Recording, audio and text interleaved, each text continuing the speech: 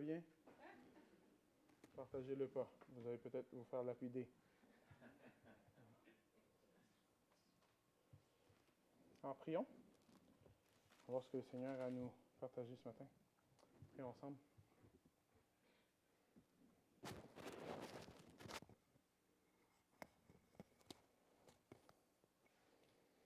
Alors, Père éternel, on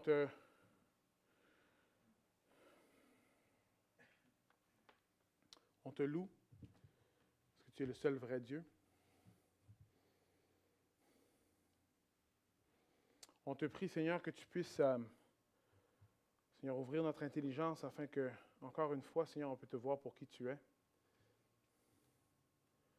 Je prie, Seigneur, d'ouvrir nos cœurs afin qu'on puisse se repentir, Seigneur, de l'orgueil de la vie, l'orgueil de notre jeunesse. Se rappeler qu'on est des hommes,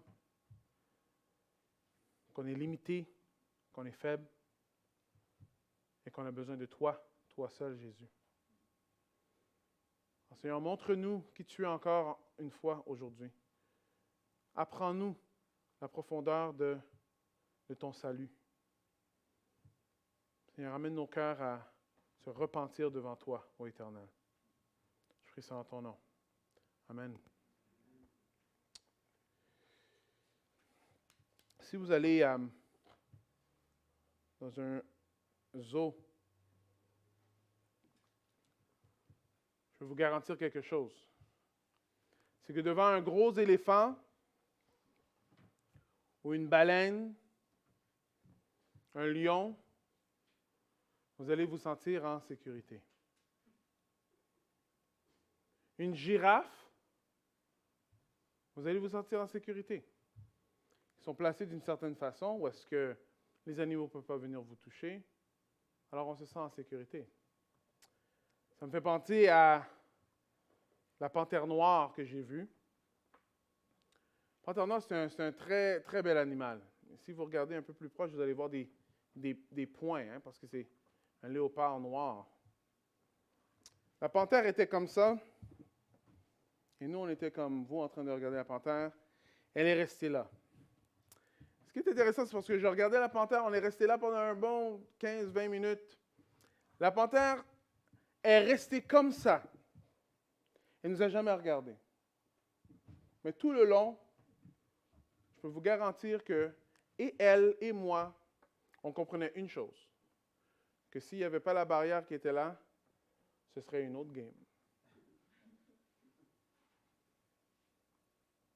Le lion blanc, vous allez voir le lion blanc, et c'est intéressant, le lion blanc, lui, il a l'air un peu paresseux, mais il est comme une grosse vitre, et lui, il vient se cacher dans le coin. Alors, si ce n'était pas pour la vitre, on pourrait même le toucher. Et plusieurs personnes viennent voir le lion blanc, et c'est vraiment intéressant. Mais quand il fait des mouvements soudains, même si tu es derrière la vitre, tu as une peur, n'est-ce pas? Tu as peur. Et aujourd'hui, j'aimerais comme mettre en contexte ce qu'on va voir, parce qu'il y a des choses épeurantes qui ont été écrites aujourd'hui dans l'Apocalypse. Des choses qui vont faire peur. Vous savez, nous, l'Église, on a une réputation de vouloir faire peur au monde pour rentrer au ciel. Est-ce que vous avez déjà entendu ça? Hein? Mais est-ce que la peur, c'est une mauvaise chose?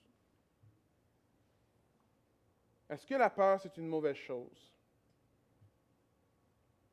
Certains ont tellement peur de certaines choses, ils vont éviter tout ce qu'ils peuvent pour ne pas être dans une situation de peur. M. Burton Russell va dire ceci. La religion est basée principalement sur la peur. C'est en partie la terreur de l'inconnu et en partie le désir de se sentir que vous avez une sorte de frère aîné qui sera avec vous pour vous soutenir à travers vos problèmes et vos différentes disputes. Là, c'est un athée qui n'était pas très content à propos de tout ce qui se passe avec la chrétienté. Alors, dans le fond, ce qu'il est en train de dire, c'est que nous, on a peur, c'est pour ça qu'on croit. Mais est-ce que c'est vraiment ça qu'on voit dans les Écritures? Est-ce que c'est vraiment ça qu'on voit dans les Écritures? Alors, bibliquement parlant, on va voir, dans la Bible, on voit du monde qui ont peur, qui sont anxieux. Il y en a qui ont une perte de courage. On voit tout ça. Mais on va voir que la peur n'est pas toujours quelque chose qui est mauvais. Des fois, Dieu va dire de ne pas suivre la peur, et d'autres fois, il va dire que c'est une affaire qui est bonne. On va voir comme dans Josué. Josué, si vous lisez le début de Josué, il dit « Prends courage, n'aie pas peur ». Intéressant. Éphésiens 4 va nous dire « Ne vous inquiétez de rien. Right? » Ne soyez pas anxieux pour quoi que ce soit. Alors, on voit qu'il y a une peur qui n'est pas bonne, et il y en a une autre que le Seigneur veut qu'on garde. Et c'est le verset que le début de la sagesse, c'est la crainte de l'Éternel. La crainte de l'Éternel.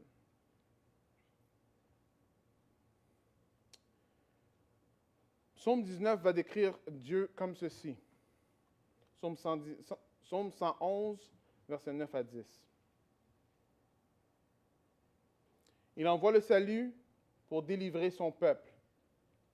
Il conclut avec lui une alliance éternelle avec un Dieu saint et redoutable.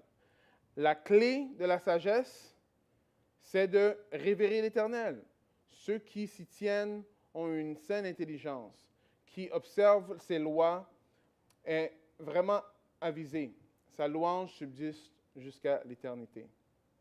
Alors ici, on voit que Dieu nous montre et nous explique qu'il est saint et redoutable. Est-ce que c'est une bonne chose que Dieu est saint? Est-ce que c'est une bonne chose pour nous que Dieu est saint? Parce que si Dieu est saint, nous qui péchons, on a un problème. Il n'est pas seulement saint, mais il est redoutable. Il est redoutable.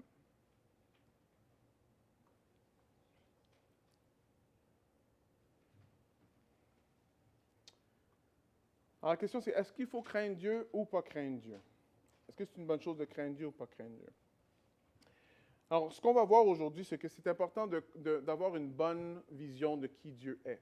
Parce que quand on n'a pas une bonne vision de qui Dieu est, on ne va pas avoir une bonne vision de ce que Jésus a fait dans notre vie. Et on va voir aussi que ça affecte notre vie de tous les jours, quand on ne voit pas Dieu comme il est supposé d'être.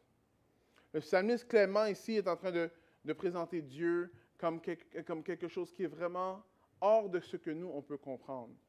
On voit vraiment dans Apocalypse qu'il y en a même qui ne veulent même pas rentrer dans la présence de Dieu. Ils veulent mourir à la place de se mettre dans la présence de Dieu. Alors cette peur-là, est-ce que c'est une bonne peur? Je sais que plusieurs fois, on a pensé penser Dieu qui est un Dieu qui est épeurant, un Dieu qui fait peur, c'est quelque chose qui est négatif. Mais la crainte de Dieu, il y a une partie de la crainte de Dieu que c'est oui, parce qu'il est révérentiel, il est plus grand que nous, mais il y a une partie de Dieu qui fait peur, et c'est une bonne chose qu'il fait peur. Parce que nous, on est des créatures, et lui, c'est un créateur. Qui a déjà marché tout près d'une falaise? Est-ce que c'est une bonne chose d'avoir peur quand on est proche d'une falaise? C'est une bonne chose, n'est-ce pas? Pourquoi? Parce que si on n'a pas de peur quand on est proche d'une falaise, on va tomber. Si on tombe, ça a l'air de quoi si on tombe? C'est pas très beau. Ça fait mal, n'est-ce pas? Alors, il faut vraiment avoir une crainte. Ça ne veut pas dire que quand on est sur la falaise, on ne peut pas voir, on va dire si c'est par-dessus une ville, tu vois, le relief de la ville ou un coucher de soleil. Une falaise, ça peut être une belle chose, mais en même temps, il faut comprendre qu'il faut avoir une crainte qui est saine envers elle pour nous aider à bien l'apprécier. Ecclésiaste 12, 13 à 14 va dire ceci. Écoutons bien la conclusion du discours. Sois rempli de respect ou de crainte pour Dieu et obéis à ses commandements, car ça, c'est l'essentiel de l'homme. En effet, Dieu jugera toute œuvre, même celles qui ont été accomplies en cachette, les bonnes et les mauvaises. Les bonnes et les mauvaises. Quand Dieu se présente devant le peuple d'Israël a peur. La montagne, ça éclate avec des tonnerres, des tempêtes. Mais c'est comme ça que Dieu se présente. Rappelez-vous, Dieu, il est inatteignable pour nous. Et la seule façon qu'on peut atteindre un Dieu qui est saint, saint, saint, c'est par Jésus-Christ. Mais ça remet en perspective ce que Christ a fait sur la croix est beaucoup plus énorme que juste mon péché. Quand on lit à travers l'Apocalypse et on voit tous les jugements qui sont là, on va voir ici que ceux qui ont le sceau de Dieu, il y a plein de jugements qui ne vont pas les toucher. Mais c'est pour ça que Christ est mort sur la croix. Et c'est ce genre d'atrocité que Christ voyait quand il était sur la croix, afin que chacun d'entre nous ne passe pas à travers. Est-ce que vous me suivez? Une des choses qui nous montre vraiment si on met bien en perspective la peur ou la crainte de Dieu, c'est le péché. Quand on ne voit pas Dieu dans la bonne perspective, le péché devient pas si pire que ça. Ah, c'est des choses qu'on fait. Tout le monde le fait. Est-ce que vous me suivez? OK.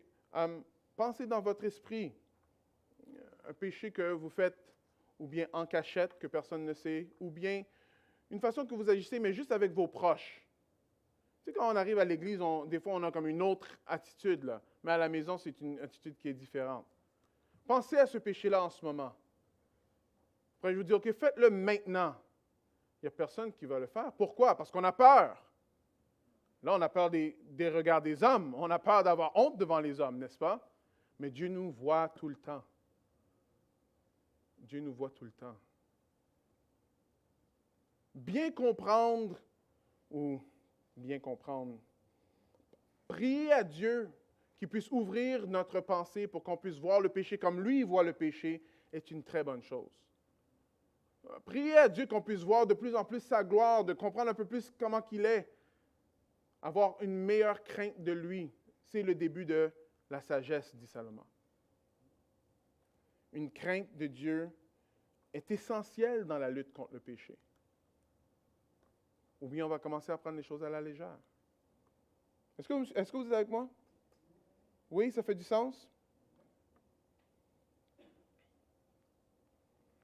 Quand on comprend vraiment bien la relation entre Dieu et le péché, on court vers la croix. On s'attache à Jésus-Christ. On adore Christ. On reste dans ses pieds. On s'attache au Saint-Esprit. On marche par l'Esprit. Pourquoi? Parce que le péché, ce n'est pas quelque chose qui est dans la présence de Dieu. Pensez-y, il y a même des êtres qui ont été créés avec 6 ailes, juste pour comme se couvrir la face devant Dieu. Celui qui est saint, saint, saint. On n'est pas là pour prendre le péché à la légère. Alors aujourd'hui, on va passer à travers Apocalypse 8 et 9. On va essayer de faire un survol assez rapidement. Pour vous montrer où est-ce qu'on est rendu dans la série en ce moment. On est rendu au 2e set, comme vous voyez ici. Alors, la 3e section du livre. Cette section, c'est où est-ce qu'il y a des cycles de 7. Il y en a qui voient les cycles de 7 comme sont égaux. Mais ici, j'aimerais proposer quelque chose d'autre que Alors, on est arrivé au 6e sceau, c'était comme la fin du monde qu'on a vu. Et maintenant, Jean nous rentre plus en profondeur, avec beaucoup plus de détails. Et il nous montre c'est quoi. Et l'autre 7e sceau, ce sera encore plus de détails. Alors, c'est comme un zoom. Il rentre dans cette période-là. Alors ici, c'est comme si on est toujours dans le 6e sceau, mais on va plus en profondeur, parce qu'on voit la destruction du monde. Alors, commençons. Apocalypse 8, 2 et 3. Alors, je vis 7 anges qui se tiennent devant Dieu. 7 trompettes leur furent données. Un autre ange vient et se plaça sur l'autel. Il portait un encensoirs d'or. On lui remit de nombreux parfums pour les offrir sur l'autel d'or devant le trône avec les prières de tous ceux qui appartiennent à Dieu. 4.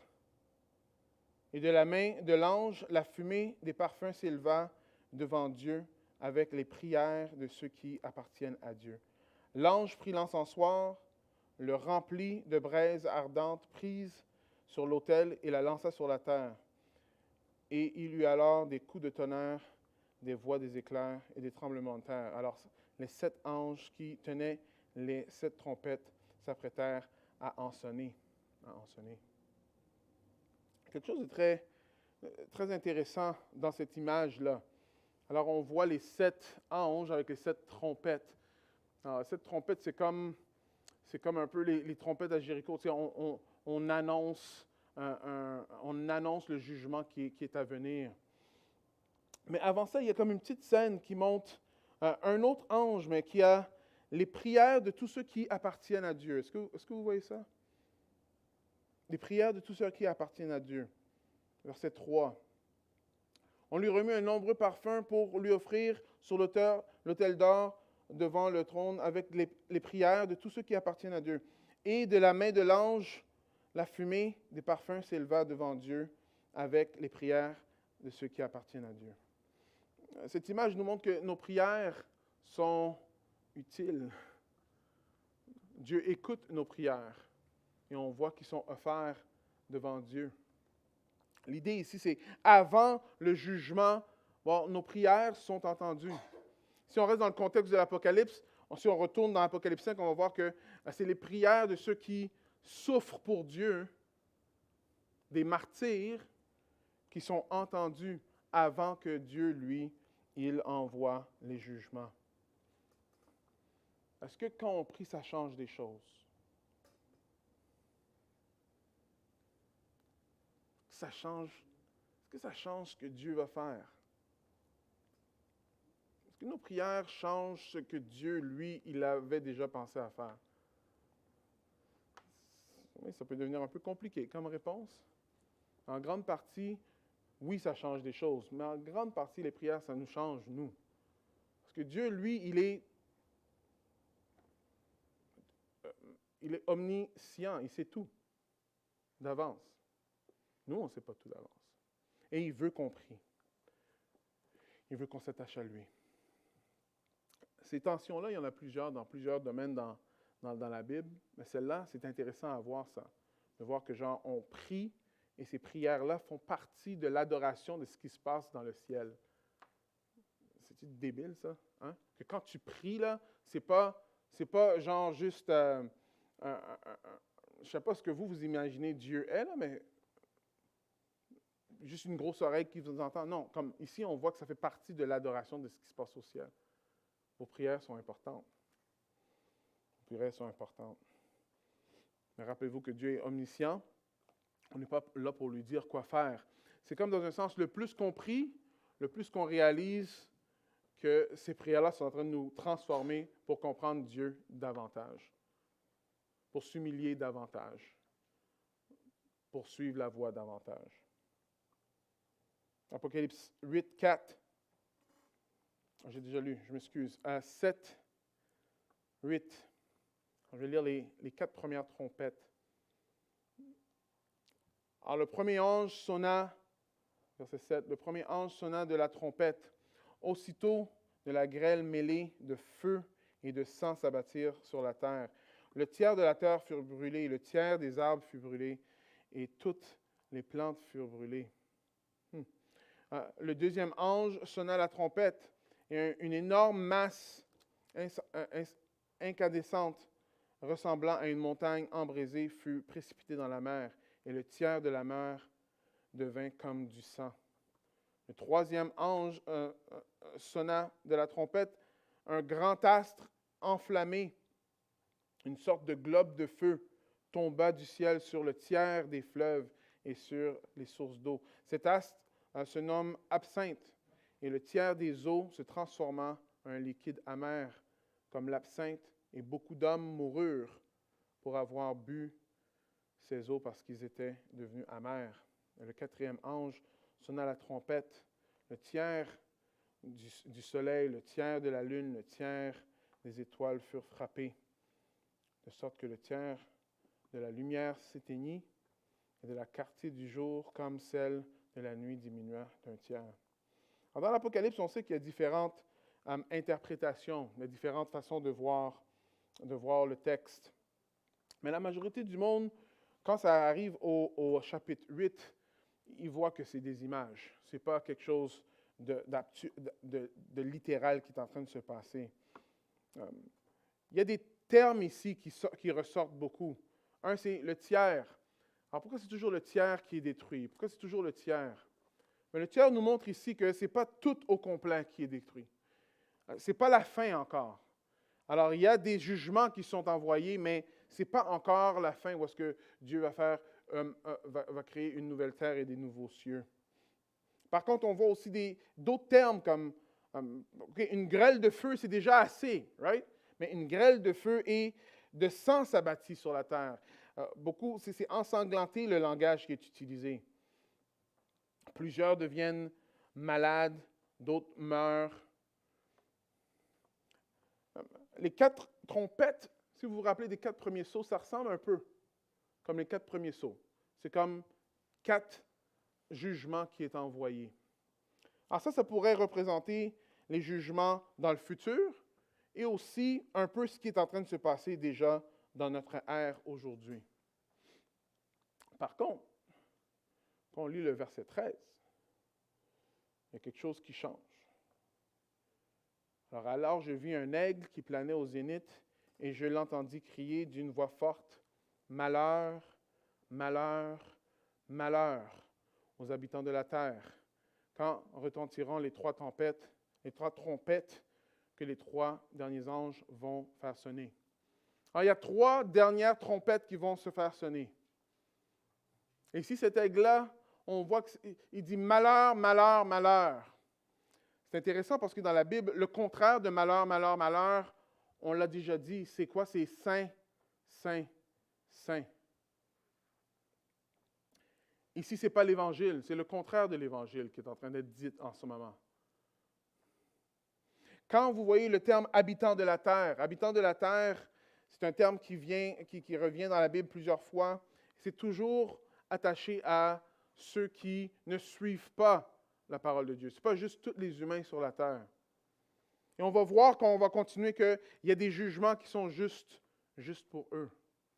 Malheur, malheur, malheur. Vous voyez, quand on voit des choses qui arrivent dans le monde, right? Est-ce que vous avez vu que les 4 premières trompettes, c'est toujours des jugements sur la terre, sur la planète, sur la végétation? Ça ressemble beaucoup à ce qui s'est passé dans Exode, avec Moïse aussi. Alors, au début, c'était des fléaux qui avaient affaire avec toute la planète, avec tous les animaux de la terre ou les fleuves. Mais ce qui s'est passé après, à la fin, là, ça va toucher les hommes. Et on voit la même chose ici. Quand nous, on voit des désastres et des choses comme ça, il faut se rappeler que la question est, OK, je me rappelle que je suis petit et faible et j'ai besoin de me repentir. Toutes ces choses-là, c'est toujours fait afin qu'on se repente. On va passer à travers tout le chapitre 9 et on va voir qu'à la fin du chapitre 9, ça va ressembler beaucoup à ce qui s'est passé avec Pharaon. Même si clairement, Dieu envoyait des plaies un après l'autre, il ne s'est pas repenti. Allons dans le chapitre 9. Et je tiens à lire tous les mots parce que Jean l'a écrit d'une certaine façon afin que ça prenne notre attention. Puis le 5e ange sonna de la trompette. Et il vit un astre qui était tombé du ciel. La clé du puits de l'abîme lui fut donnée. Il ouvrit le puits de l'abîme et une fumée épaisse s'en éleva, comme celle d'une grande fournaise. Le soleil et l'air furent obscurcis par la fumée qui s'échappait du puits. De cette fumée sortirent des sauterelles qui se répandirent sur la terre. Il fut donné un pouvoir semblable à celui des scorpions.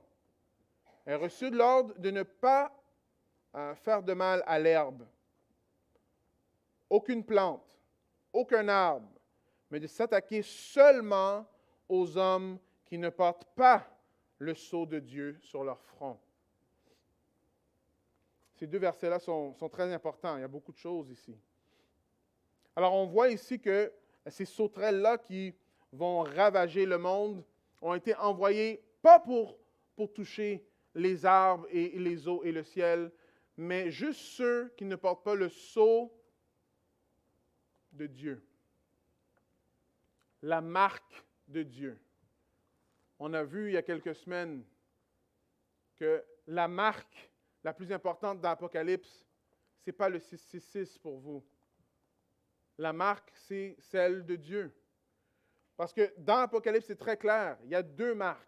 C'est ou bien vous êtes scellé de Dieu, ou bien vous êtes scellé du diable. Il n'y a pas de purgatoire. C'est du monde qui sont juste dans une petite place en train de dire « Ah, je vais y penser. » Non, c'est ou bien que vous avez la marque de Dieu, ou bien vous avez la marque de la bête. Et ici, on voit que ces sauterelles-là sont envoyées pour punir ce peuple-là. Une autre chose qu'on voit, on voit qu'il y a un astre qui descend, mais c'est un astre, ça ne peut pas vraiment être une étoile parce qu'on lui donne des clés. Mais ça fait aussi ouvrir mais ça nous dévoile quelque chose, c'est que plus tard, on va voir que c'est le diable. Hein? Mais le diable, lui, on lui donne des clés pour l'abîme. L'idée que le diable et Dieu sont également, ils ont des forces égales, c'est faux.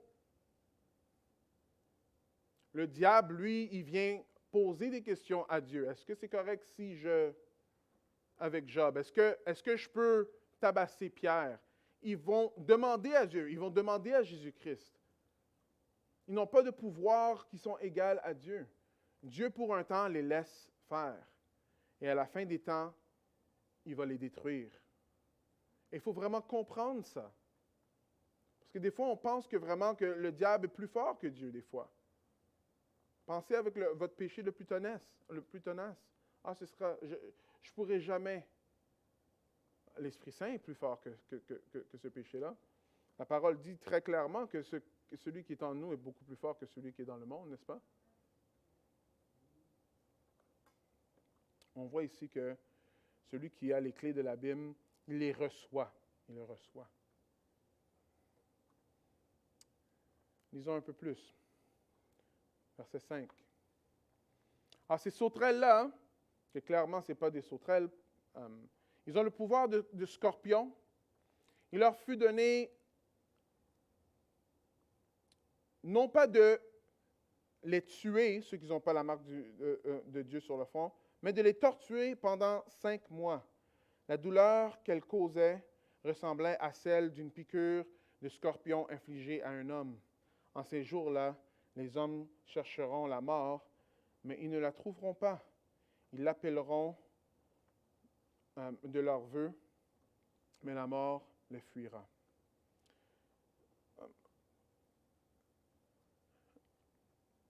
On aurait pensé que l'armée de Satan serait là pour persécuter les chrétiens. Et oui, pendant qu'on lit à travers l'Apocalypse, on voit ça. Mais maintenant, ici, ce n'est plus les chrétiens, là. C'est tous ceux qui sont avec lui. Et regardez comment que Satan, lui, agit. Satan et ses armées se tournent contre les personnes qui sont avec lui. L'idée ici est très forte, que Satan, c'est un menteur et il est là pour détruire. Il est là pour détruire. Pensez, jeunes, quand vos parents vous disent quelque chose et vous voyez que c'est définitivement d'après la parole de Dieu. Ah, je ne suis pas sûr que tu devrais aller avec cette blonde-là ou ce chum-là. Premièrement, ça ne va pas te rendre heureux et c'est vraiment pas ce que Dieu veut. Nous, on va passer dans la tête, ouais, mais ok, bon, c'est parce qu'elle ne comprend pas, c'est tout. Satan est là pour offrir des choses et pas livrer. Comme il a fait avec Adam et Ève. Qu'est-ce qu'il fait? Ah, vous pouvez devenir des dieux, c'est correct, vous n'allez pas mourir. Menteur. Non seulement qu'il veut qu'on se détourne de lui, quand on est quand on est dans ses voies, il veut nous détruire encore plus. Alors ici, là, les sauterelles se tournent vers tout le monde qui n'ont pas le sceau de Dieu. Satan, c'est comme ça qu'il agit. Alors, je ne sais pas, est-ce que c'est ton statut, le respect? Qu'est-ce qui te bloque de vouloir vraiment t'attacher à Jésus-Christ et de le servir? Qu'est-ce qui te bloque de goûter la grâce que Dieu nous donne en Jésus-Christ? Des mensonges de Satan? Les mensonges de Satan, il va toujours promettre beaucoup et il ne va jamais livrer. C'est le maître du mensonge et c'est ça qu'il fait. Ici, on voit que les images sont encore plus fortes. Non seulement que c'est le maître du mensonge, il n'est même pas là pour nous tuer. Il veut les torturer pendant 5 mois. 5 mois, c'est une période de temps. C'est quelque chose, ça. Pensez-y. Je suis allé sur l'Internet pour voir si ça a l'air quoi d'une piqûre d'un scorpion. Et c'est laid, ça, mon ami. Hein? Comme si tu te fais piquer, en tout cas, je ne vais pas rentrer dans les détails. C'est comme si ça fait tellement mal comme tu veux qu'on t'enlève le bras, right? Alors, c'est ça l'idée. Vous avez tous votre masque, c'est correct. Je suis vacciné. Alors, ici, on voit que cette piqûre ou ce qui va être infligé sur les hommes voudront mourir, mais ils ne pourront pas mourir. La crainte de Dieu est importante. Continue. Ces sauterelles ressemblaient à des chevaux harnachés pour la bataille. Elles avaient sur la tête comme des couronnes d'or et leur face ressemblait à un visage humain. Leur chevelure était pareille à celle des femmes et leurs dents à celles des lions. Leur thorax paraissait cuirassé de fer, et le bruit de leurs ailes évoquait le fracas d'une charge et des chars tirés pour le combat par de nombreux chevaux. Elles avaient des queues armées de dards, comme celles des scorpions. C'est avec leur queue qu'elles pouvaient torturer les hommes pendant 5 mois. Elles avaient pour roi l'ange de l'abîme, qui s'appelle en hébreu Abaddon et en grec Apollyon. Le premier malheur est passé, voici 2 malheurs encore qui viennent. Alors, quand Jean est en train d'écrire ça, il n'est pas en train d'écrire ça pour simplement qu'on le lise à la légère. C'est quelque chose d'épeurant. Et il décrit ce qu'il voit. Il y en a qui voient des hélicoptères comme Jean a regardé un hélicoptère, il ne pouvait pas l'expliquer, alors là, il l'a expliqué dans ces mots-là. Peut-être, mais je pense que le texte nous montre clairement qu'il est en train de nous décrire quelque chose qui est affreux, une situation qui est vraiment, vraiment mauvaise. On va aller directement à la fin. On va aller au verset 20. Le verset 20 dit ceci. Mais le reste des hommes qui avaient survécu à ces fléaux. Alors, il y a des hommes qui vont survivre à ces fléaux-là. Ils ne renoncèrent pas à leur façon d'agir. Ils ne cessèrent pas d'adorer les démons, ainsi que les idoles d'or, d'argent, de bronze, de pierre, de bois. Bien qu'elles soient incapables de voir, d'entendre et de bouger, ils ne renoncèrent pas à leur meurtre, à leurs pratiques magiques, à leur immoralité et à leur malhonnêteté. Ça ressemble vraiment beaucoup aux fléaux qui se sont passés en Égypte. Même genre d'histoire. Quand Dieu envoie tout ça, c'est afin qu'on puisse se repentir. Il y en a toujours qui vont s'attacher aux idoles, s'attacher aux idoles d'or, s'attacher aux choses qui n'ont pas rapport. Et ils vont dire, non, Dieu, je ne veux rien savoir de toi. Alors, j'ai déjà entendu certaines personnes qui disent, oui, comment je vais être en enfer, là? Moi, là, je ne veux rien savoir de Dieu, je vais continuer à faire ce que je veux. Oui, c'est juste qu'ils ne mettent jamais en contexte du chapitre 9. C'est pas toute rose. Il faut que tu sois un de ceux qui est capable de survivre à ces fléaux-là. Alors, ils pensent que c'est tout beau, tout chaud. Je fais ce que je veux, je vais continuer après la vie. Mais c'est vraiment pas ça. C'est pas ça qu'on est en train de voir. Par contre, on voit des cœurs qui sont endurcis. Qu'est-ce que ça nous dit à nous? Aujourd'hui, c'est encore le jour du salut. Aujourd'hui, c'est encore le jour où est-ce que tu peux te repentir. Aujourd'hui, tu as le sceau de Dieu. Alléluia.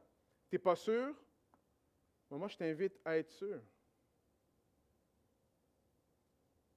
Parce que le Dieu de la Bible se présente comme je suis en train de le lire ici.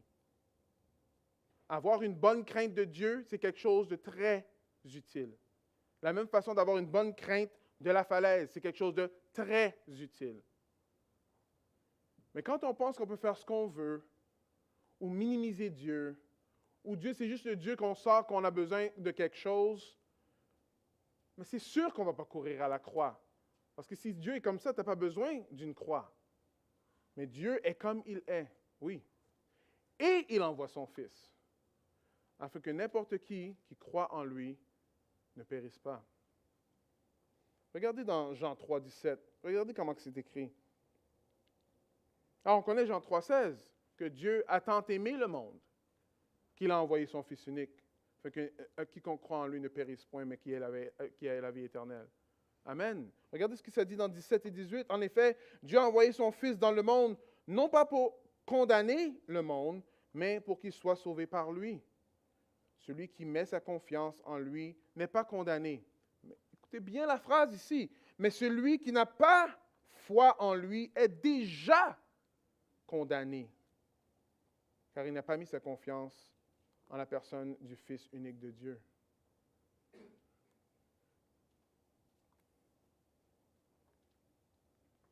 Est-ce que vous êtes d'accord que quand on lit à travers ces chapitres de l'Apocalypse, ça commence à devenir un peu laid? Hein? Non seulement les images sont compliquées, mais c'est pas beau, hein, ce qui est présenté. Right? Maintenant, je ne sais pas, qu'est-ce que vous pensez dans votre esprit quand vous voyez Jésus-Christ sur la croix, là? Quand vous pensez d'un sauveur. Mais un sauveur, c'est quelqu'un qui te sauve de quelque chose. Et Jésus-Christ est là pour nous sauver de ça. Quand il est sur la croix, oui, il est en train de souffrir. Oui, c'est injuste qu'il est sur la croix. Oui, il est mort pour mon péché. Mais pensez-y. Il est mort pour sauver les hommes de ce qu'on vient de lire ici. Il y a beaucoup de choses qui se passent sur la croix. C'est pour ça que dans le jardin de Gethsémani, Jésus, il suait du sang. Ce n'est pas n'importe quoi qu'il a fait sur la croix. Tous ceux qui mettent leur confiance en lui ont le sceau. Ceux qui mettent leur confiance en lui sont sauvés. Sont sauvés. On a vu dans les fléaux qu'on n'est pas sauvé de souffrance. Les 4 fléaux, on fait quand même partie de ça. Alors, il y aura de la souffrance, mais pas la souffrance comme on voit que ceux qui ne se tournent pas vers Jésus vont avoir. Alors, tu as peur de quoi? Tu as peur de qui? C'est quoi ta plus grosse crainte? On voit dans David et Goliath. Vous connaissez l'histoire, hein, David et Goliath. C'est très intéressant dans David et Goliath parce que on voit quelqu'un qui est très courageux.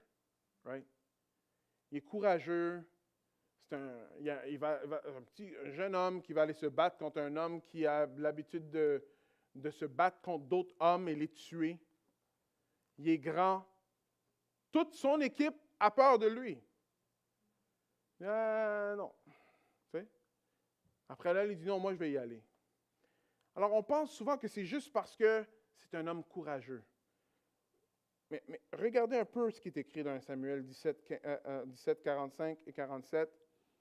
Je sais qu'il est petit, là, mais regardez comment que lui, il parle quand il veut faire face à Goliath. Alors, il dit à Goliath, « Tu marches contre moi avec l'épée, la lance et le javelot, et moi je marche contre toi au nom de l'Éternel, le Seigneur des armées célestes, le Dieu des bataillons d'Israël que tu as insulté.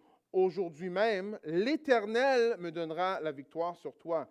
Je battrai et je te couperai la tête avant ce soir et je donnerai le cadavre aux soldats philistins à manger aux oiseaux. Oh. Je donnerai les cadavres des soldats philistins à manger aux oiseaux du ciel et aux bêtes sauvages de la terre. OK, parce que je l'avais mal lu là. Alors, toute la terre saura qu'Israël a un Dieu. Et toute cette multitude d'assemblées saura que ce n'est ni par l'épée, ni par la lance que l'Éternel délivre, car l'issue de cette bataille dépend de lui, et il vous livre en notre pouvoir. Intéressant comment que, oui, c'est vrai que David petit allait vers un grand et c'était vraiment dangereux. Absolument. Il y a beaucoup de peur. Tous les autres soldats avaient peur. Mais David, dans son esprit, il voit clairement que je n'ai pas besoin d'avoir peur de lui, parce que celui que moi je suis est bien plus redoutable que lui. Où sont nos craintes? Parce que si on n'est pas en train de craindre Dieu, on est en train de craindre d'autres choses. Sauf que craindre Dieu, c'est le seul qui vaut la peine. Toutes les autres choses qu'on craint ne vaut pas la peine. Je vous pose une question. Le regard des hommes, là, c'est combien est gros dans votre esprit? Ce que l'autre personne pense de toi à côté. Est-ce qu'on craint les hommes plus qu'on craint Dieu? L'Apocalypse nous ramène dans les bonnes voies, nous rappelle que non, c'est Dieu qu'on a à craindre. Parce que lui, il a le pouvoir sur notre vie et sur notre mort, pas tous les autres. Alors la peur, oui. Mais comme je vous ai dit, la peur n'est pas nécessairement une bonne chose ou une mauvaise chose. Avoir une crainte qui est saine de Dieu va nous aider à marcher dans notre vie de tous les jours. Péché, anxiété,